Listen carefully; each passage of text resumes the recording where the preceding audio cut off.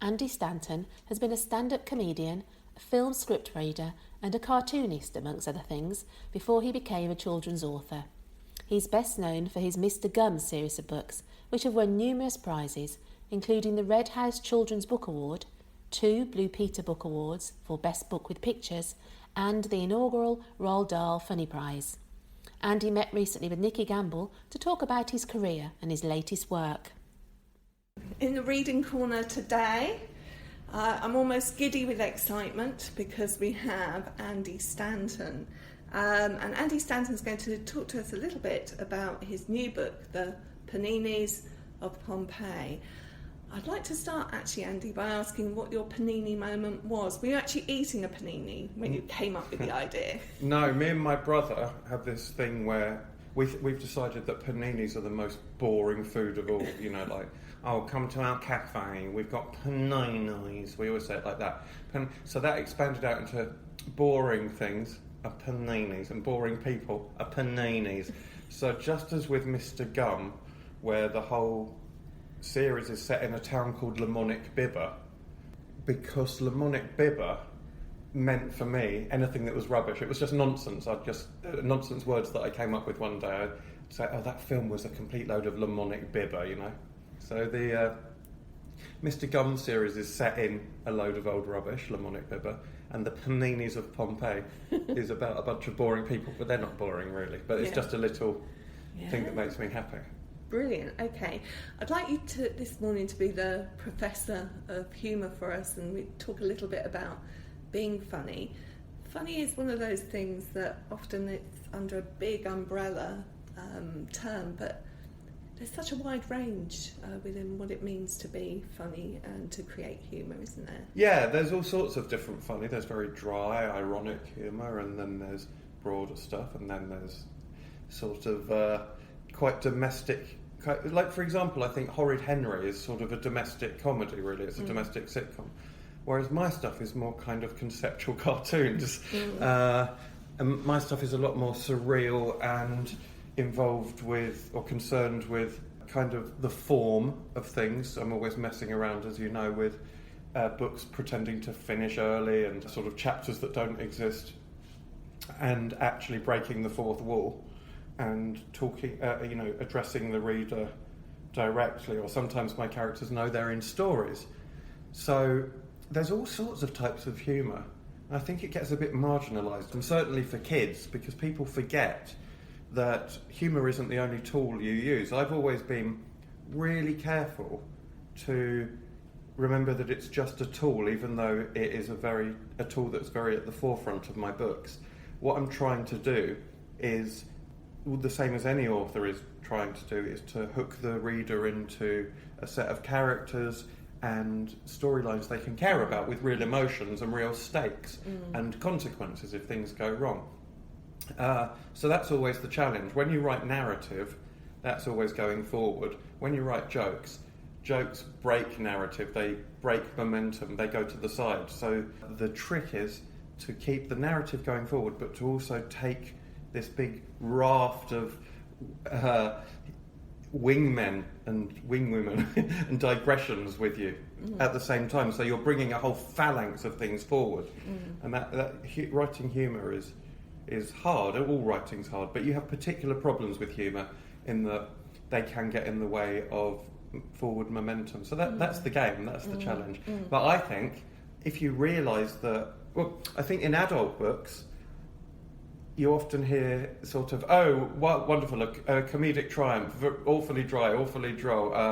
And in kids' books it's just silly stuff. No, it's not. Humour makes a lot of serious points, and it's quite hard. When I was just reading the Paninis of Pompeii, and I was looking at even within one book, the range of humour that you use is amazing. Is it? I forget. It is, I think some people just comment on the scatological, and there is the scatological in there. You do talk about farts quite a lot. I do talk about farts, but even then it's an abstraction of it thereof. I don't use them in the way that most people use them in this book. Yeah. But yes, carry on. Tell us a bit more about that. Sure. Well, a lot of writing is instinct, and I had Caecilius, who's this trader. He's a merchant, and I found myself writing. Caecilius was a fat merchant who lived it, and then it went from fat to, not only was he a fat merchant, he was a fart merchant. Yeah. And that's just my mind going bloop, fat, fart, fat, and playing with noises. And then I just thought, well, that's right. Then so he is.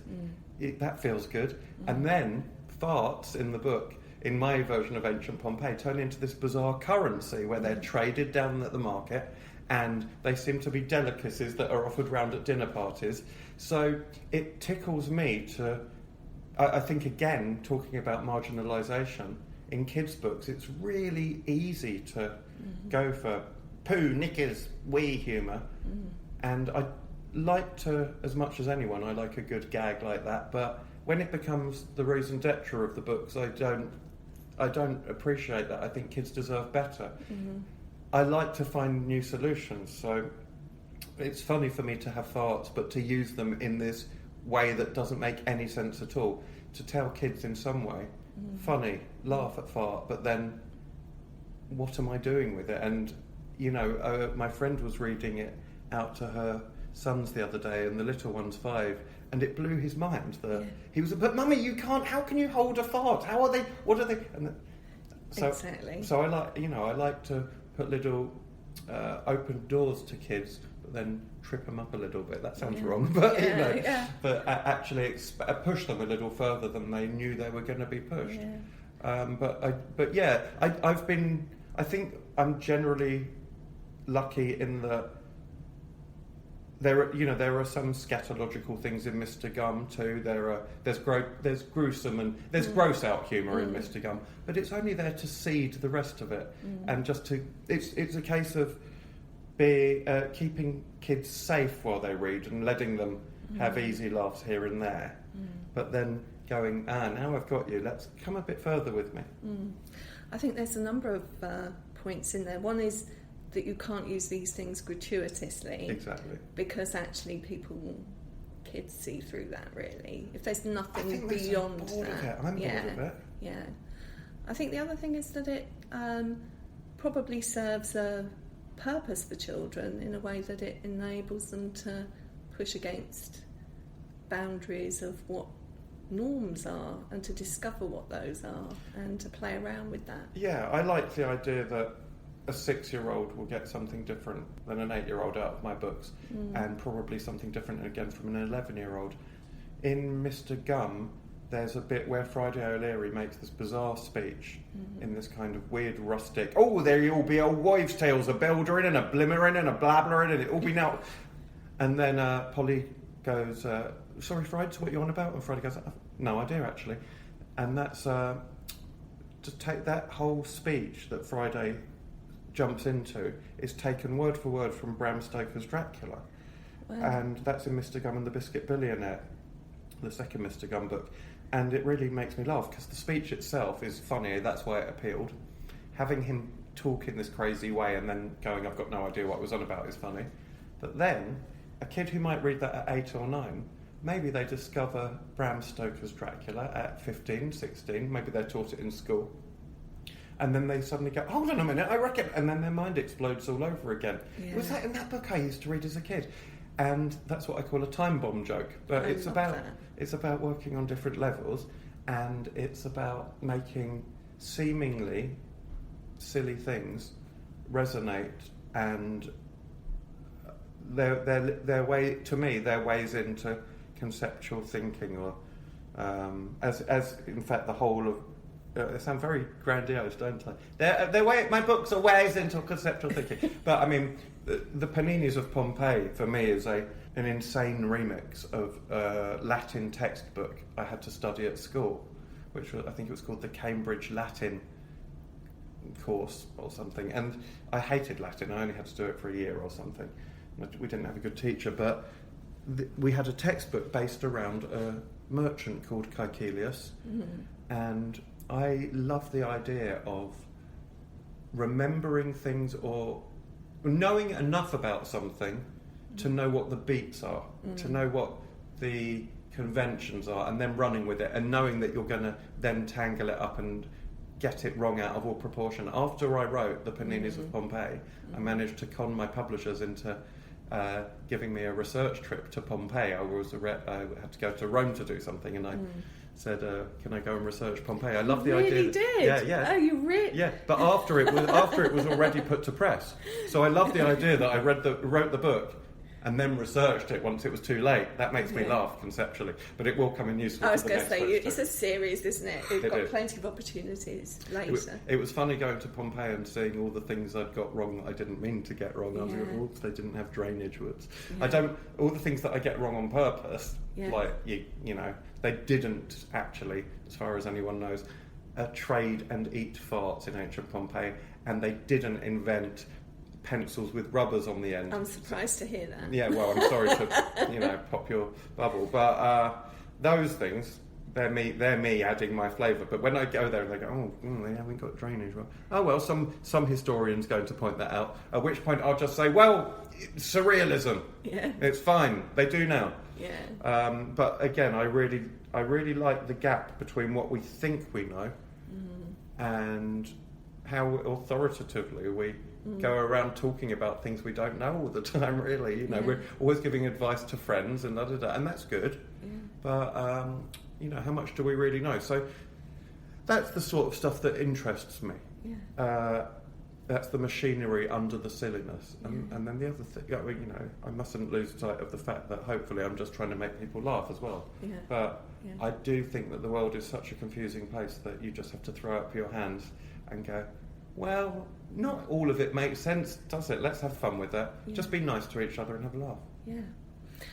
So, coming to Mr. Gum then, who's found a new generation. I know it seems strange to be talking about a new generation, but actually the children that read Mr. Gum first time round, they'll have gone through school, so we have got a new generation of readers. Well, I hope we have, yeah, definitely.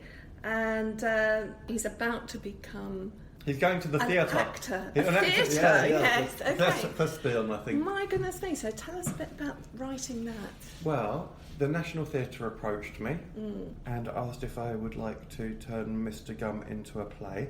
And I said I've always seen it as a musical because I think musicals are very funny. And I love musicals.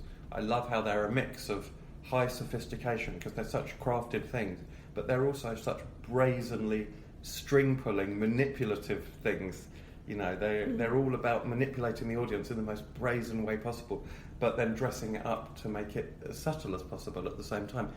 That appeals to me. So they said, yeah, we can make a musical. I don't think they knew what they'd bitten off. I didn't. And we have Mr. Gum and the Dancing Bear, the musical, at the National Theatre, summer 2019. And then if it does well there, as I hope it might, we'll tour it around the country. That's the plan. So that is probably the ride of my life at the moment. I'm really, really involved because I never want to turn things into things just because you can. I've always hated that idea because, especially where kids are concerned. Yeah. And you don't want to disappoint a kid. I like the book, but look at that, the film was rubbish. Yeah. It makes me mad. I've had lots of offers to do things in the past with Mr. Gum, and I've pursued some, and I've turned down lots, and nothing's ever quite landed. But this time, I can't believe it's happening. I've got goosebumps just talking about it. That's amazing. Yeah. We're as this interview is being recorded, we're in rehearsals. By the time it goes out, I think we'll have been on the stage, and we'll have lived or died by the decisions we're making as I speak now. And it's brilliant. I'm working with so many talented people. When you're writing a book, you're the king or queen of your own domain. You've really got license to do whatever you want. And if you want to add 1 million spaceships to a scene, it's free. It's easy. You just say, suddenly 1 million spaceships appeared. When you're working with the theatre, it's a different story entirely. You can't, there are certain logistical limitations and time limitations and resource limitations that, become, it's a different box to put things in. You have to work with those different restrictions. I say restrictions, limitations, just a different set of rules, really. But the best thing for me, really, is just truly learning to work collaboratively with a lot of people who are all absolute experts in their field. So you've got actors, you've got musicians, I've got an amazing director called Amy Hodge, an amazing composer called Jim Fortune, and then we've got brilliant people on costumes, art design, all the things that go to making up a musical. And I have to learn when to stick my nose in and go, oh, actually they wouldn't say it like that because they don't say it, and actually to go, no, you take my baby and you put it in new clothes as well. So my brain is on all departments of it, but I have to choose my moments. Has the process of watching that evolve given you anything that might feed back into your writing? Yeah, absolutely, a million things. I mean, firstly, it's given me an appetite to work in theatre more. Well, I say that now. We'll see what it's like when it's actually been on stage. But yeah, I mean, I'd never written a play before, and it's not a bad first gig at the National Theatre. And the more it went on, the more, you're always changing the script and having to find new ways around things, or something that seems to work on the page doesn't work when it's put into the room. Or literally they go, we can't afford a motorbike on stage. So then they go, can it be an invisible motorbike? And then I go, not really, but I suppose. And then, we find our way through a bunch of different problems. But even as I've written, I've found a very crude example is that in my first efforts at the script, I was always putting too much information into the mouths of the characters. And then actors would come in to test these things and workshop them. And then I'd go, oh, they did so much with their actual facial expressions and body language. I would have them going, oh no, that's gone wrong, and now I'm really sad. And I go, I probably don't need the now I'm really sad bit, they've just done that with their face. It's taught me so much. I'm not making a good job of boiling down for you what it's taught me, but it's taught me so much. I think that is one of the really interesting things about theatre, is people think it's dialogue. Right. Don't they? And when we teach children in school to write a script, it's really just writing the dialogue and a few stage directions. But actually, theatre is about so much more than what people say, as you've just expressed, really. It's my job to learn what the theatre gives me. And that affects the games I can play in theatre, because in my books, as I say, it's all about mucking around with form and taking the conventions of books, which books and music are my greatest loves, but books are the things that I know most about, and that's why I feel confident to play some conceptual games with kids. On the stage, it's been a process of learning that I can tinker with the sort of fourth wall on the stage, but find interesting ways to do that. I feel like I've learned about 5 years worth of theatre in the last 6 months alone. That's amazing. It's amazing, and it has made me opened up for me what I would like to do in the future, whatever that is, I don't know. But another really interesting thing that I've learned is that things that work in, because I'm adapting my own book, Mr. Gum and the Dancing Bear, but things that work on the page don't necessarily work when you dramatise them. You have to change them, you have to make them more dynamic and dramatic than they are on the page. You have lots of safety nets on the page. You can have the narrator explain what's happening and paint the atmosphere. On the stage it's different. I think there have been, to get the stage play working dramatically, it's pushed some of my characters, who I've been living with these characters on the page for 15 years or whatever, Mr. Gum especially has probably made his greatest leap forward in terms of character development in this play, because I had to give him a new darkness at certain points to get, to move the play forward interestingly and dynamically, and Mr. Gum had to grow as a character, so yeah, it pushes me. I was going to ask one final question for this interview, and that is whether they're aware in putting the show together that it's for a family audience rather than just children. Does that come into it, or is it a children's piece? Well, I'm writing it, so I'm not going to let them get it that wrong.